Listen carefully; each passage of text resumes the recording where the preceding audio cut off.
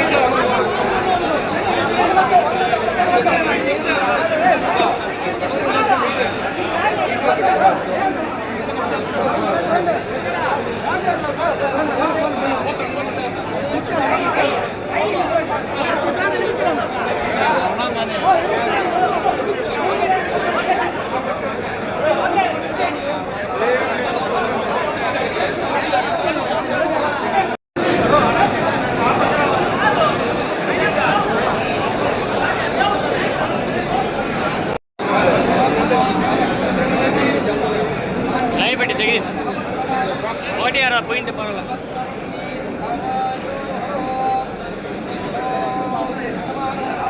Sir okay okay sir.